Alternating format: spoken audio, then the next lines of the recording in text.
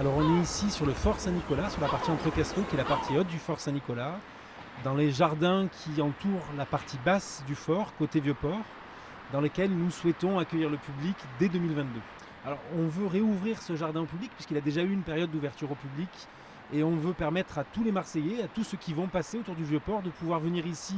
découvrir, de poser cet autre regard sur Marseille. Vous voyez, on a ici une vue sur Marseille qui est une vue qu'on n'a pas l'habitude d'avoir, mais également de pouvoir bénéficier d'un espace végétalisé avec des essences méditerranéennes, de pouvoir venir partager un café ou un verre dans le bar que l'on va ouvrir juste derrière moi. Bref, redonner vie à cet espace en permettant aux Marseillais d'accéder au fort Saint-Nicolas.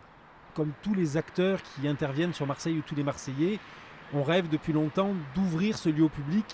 ce lieu qui a été créé au XVIIe siècle par Louis XIV et qui n'a jamais été rendu accessible à la population. On veut permettre à chacun de venir vivre une expérience singulière sur ce lieu dans le cadre d'actions éducatives,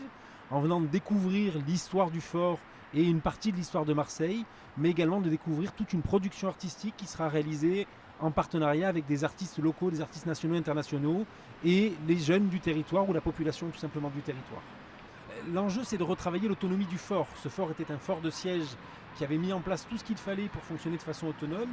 et on veut, sur les glacis qui se situent à l'ouest du fort, créer une ferme urbaine pour en faire un lieu de sensibilisation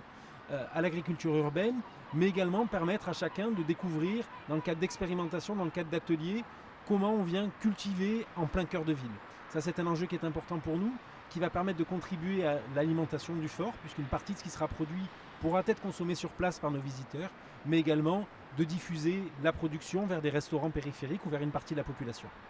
Alors, il y aura une partie muséale, puisque l'idée c'est de permettre de comprendre ce qui s'est passé dans ce lieu, ce que la construction de ce fort a généré sur la ville de Marseille, sur le développement de la ville de Marseille. Mais l'idée est de s'appuyer sur l'histoire de ce fort et l'histoire de la ville de Marseille pour permettre de comprendre quelle place les individus, dans leurs différences, ont eu dans la construction de la ville, dans la construction de nos sociétés et dans la construction de ce lieu.